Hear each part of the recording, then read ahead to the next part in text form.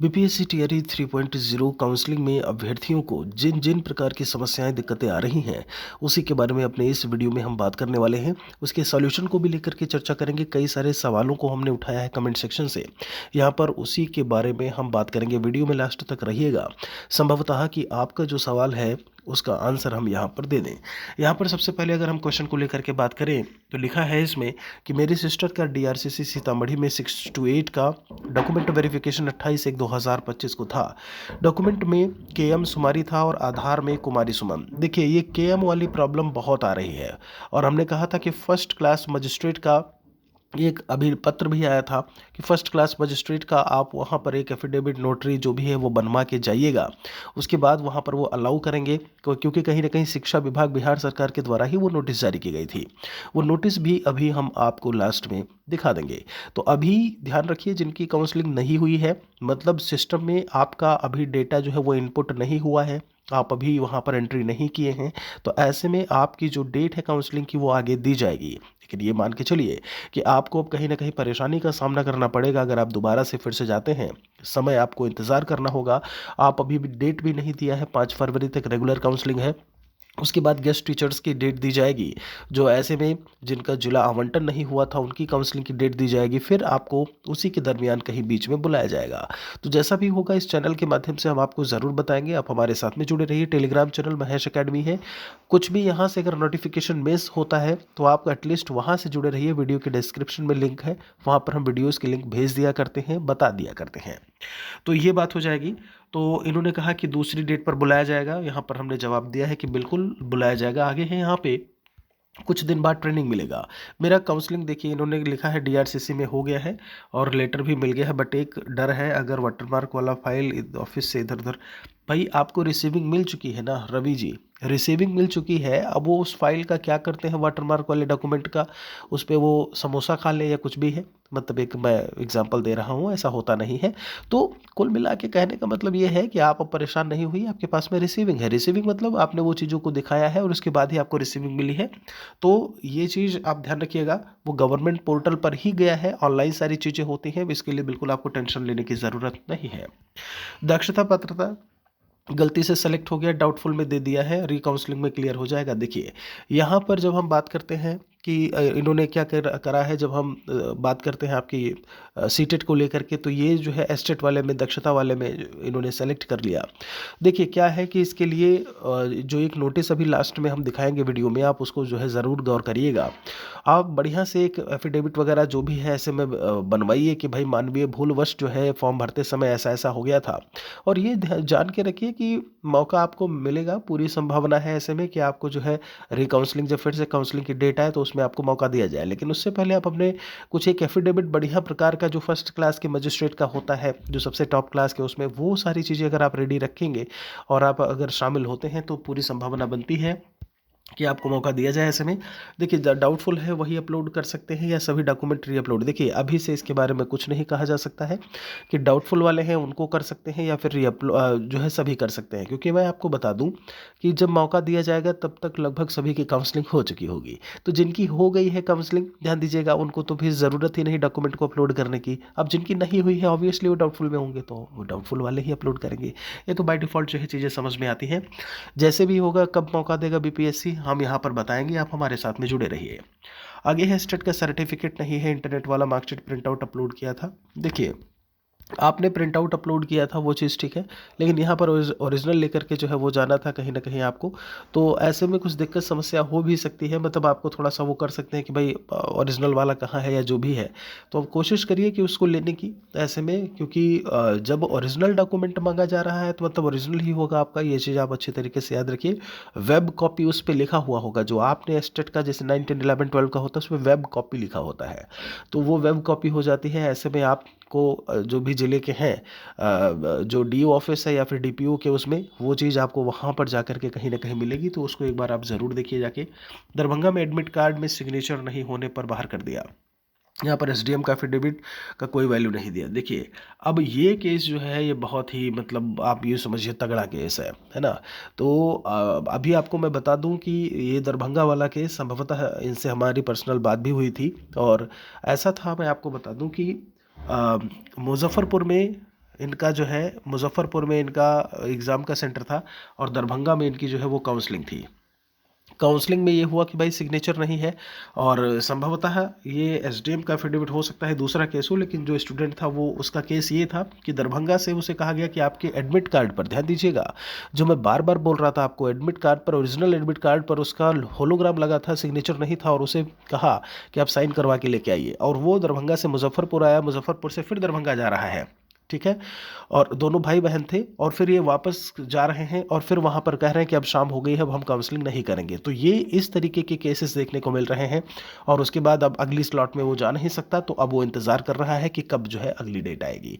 तो यहाँ पर ये चीज़ें, अब जैसे ही एसडीएम का लिखा हुआ है तो ये कितना सही है कमेंट के उसमें कि भाई एसडीएम की चीज़ों को भी स्वीकार नहीं किया, ऐसे में तो कहीं ना कहीं इन महोदय को जो है दरभंगा के जो डीओ ऑफिस है वहाँ पर जाकर के डीओ सर या जो भी पदाधिकारी हैं उनसे मुलाकात करनी चाहिए थी, मिलना चाहिए था कि भाई केवल अगर साइन नहीं है एडमिट कार्ड पर, यहाँ तो दूसरा एडमिट कार्ड पीडीएफ का निकाल करके लोग चले जाते हैं और कर देते हैं, है तो ओरिजिनल हम ही ना जो है, चीज़ें मिस भी हो सकती हैं, मानवीय भूलवश वो इधर उधर भी हो सकती हैं, इसके लिए हमने एफिडेविट बनवाया है। अब एफिडेविट में हम स्वीकार कर रहे हैं कि ये हम ही हैं, तो ऐसे में कोई दिक्कत समस्या होनी नहीं चाहिए, लेकिन देख रहे हैं आप यहाँ पर एक प्रॉब्लम कैसे निकल करके आ रही है, ठीक है। बाकी ये बात सही है कि मौका उन्हें फिर से मिलेगा। इसमें लिखा है आधार पर एड्रेस अपडेट करवाया है तो कौन, आधार में डीबी ले जाना होगा, अपलोड किए हैं और ओल्ड वाला, या जो देखिए जो भी है आपको दोनों चीज़ें, दोनों डॉक्यूमेंट्स अपने साथ में लेकर के जाने होंगे। मैंने बोला था कि आप आधार में किसी तरीके का कोई एड्रेस प्रकार का और डीओबी ये चीज़ नहीं करवाइएगा इधर, क्योंकि वो क्या था कि डोमिसाइल को लेकर के कहीं ना कहीं आप लाभ लेने की कोशिश कर रहे थे, या सारी चीज़ें। अभी भी हम आपको बता दें सही तरीके से बिहार में ही जाँच की जाए तो ये पक्षपात वाली बात नहीं है, बहुत सारे स्टूडेंट्स ऐसे मिलेंगे बाहरी राज्य के, इंक्लूडिंग यूपी, और जितने भी हैं, केवल यूपी ही नहीं है, अदर स्टेट में बहुत सारे राज्य हैं, तो आपको कई सारे मिल जाएंगे जो यहाँ पर आरक्षण में लेकर के नौकरी कर रहे हैं। आप दिव्यांग कोटे को ले लीजिए जो आप न्यूज़पेपर में भी पढ़ रहे होंगे, आप महिला कोटे को लेकर के बात कर लीजिए, सीटेट में 90 से कम, वो आपको मिल जाएंगे।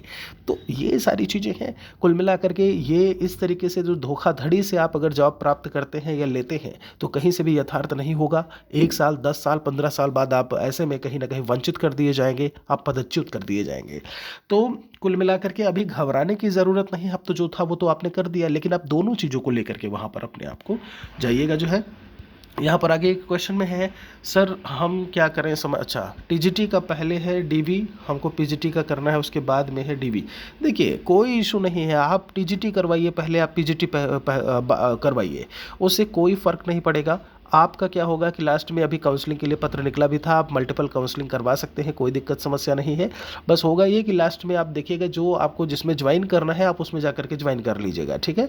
तो आप अभी से परेशान नहीं होइए, किसी का डीबी हुआ है नहीं हुआ है करवा लीजिए, दोनों करवा सकते हैं, ठीक है। देखिए यहाँ भी वही केस है, पीजीटी मैथ और टीजीटी मैथ में हुआ है, बहुत बढ़िया। तो यहाँ पर है अलॉटमेंट रोका गेस्ट टीचर के कारण, बिल्कुल सही है, अभी रोका गया है। तो देखिए काउंसलिंग अभी यहाँ पर टीजीटी काउंसलिंग करवाइए, बाद में पीजीटी में शामिल हो सकते हैं, कोई दिक्कत समस्या इसमें भी आपको नहीं आएगी, ठीक है। आप बिल्कुल करवा सकते हैं, जब आपका मन हो तब करवा सकते हैं। आधार में गलत है, क्या करें आप बताइए जो है। सोनू जी का डीओबी ही आधार में गलत हो गया, आप खुद सोच सकते हैं कि कितनी बड़ी मिस्टेक है ऐसे में कि 2 महीना 2.5 महीना पहले रिजल्ट आया है और अभी आप 3 दिन में आकर के आप कमेंट कर रहे हैं, जब काउंसलिंग चल रही है तब आप जागे हैं ऐसे में कि डीओबी गलत है। तो महोदय इसके लिए क्या ही करेंगे ऐसे में, अब एफिडेविट वगैरह लगाइए जो है, भागिए दौड़िए इधर उधर करिए जो है, आप आधार में अपनी चीज़ों को अपडेट कराइए, उससे ज़्यादा और कुछ हो ही नहीं सकता इसमें। देखिए काम इस बार सब काम लेट हो रहा है, अगर किसी का डिलीवरी डेट नज़दीक हो जाएगा तो ज्वाइनिंग के 10-20 दिन बाद, देखिए मैटरनिटी लीव, देखिए मैंने बताया हुआ है कि ज्वाइन करते ही मिल जाएगा, और ये केस डिफरेंट है, डिफरेंट आप समझ सकते हो कहीं ना कहीं। ये केस ऐसा है कि इसे टाला नहीं जा सकता कि नहीं आज हमको बुखार है अभी चलो काम चला लेंगे आज, ऐसा तो नहीं है ना। तो आप जैसे ही ज्वाइन करेंगे, इवन मैं आपको बता दूं अगर सीरियसनेस पहले ही दिखाई देती है तो आपको उस आधार पर जो है छुट्टी दी जाएगी। ये बात आप बहुत अच्छे से याद रखिए, बिल्कुल कोई परेशानी, कोई दिक्कत, कोई समस्या नहीं होने वाली है। अभी एक महोदय थे राजस्थान से, उनकी पत्नी का हुआ था और अभी पटना में उन्होंने काउंसलिंग करवाई है, यही ऐसे ही केस था उनका भी, और वो अपना बाकायदा काउंसलिंग करवा के अभी वो गए हैं। तो इन चीज़ों को थोड़ा सा ध्यान रखिए जो है। डाउटफुल में डाल दिया है बिना वजह, पैसे मांग रहा था, मैंने दिया नहीं तो पैसे मांग रहा था। चलिए भाई देखिए, यहाँ पर एक केस ये निकल करके आया है। तो देखिए पंडित जी, अब ये है कि अब आप भी जानते हैं कि ये पैसे वाली बात तो न्यूज़पेपर में भी निकल के आई थी कि काउंसलिंग के लिए जो है पैसे धनोगाही का काम जो है वो किया जा रहा है, कई लोग निलंबित भी किए गए थे।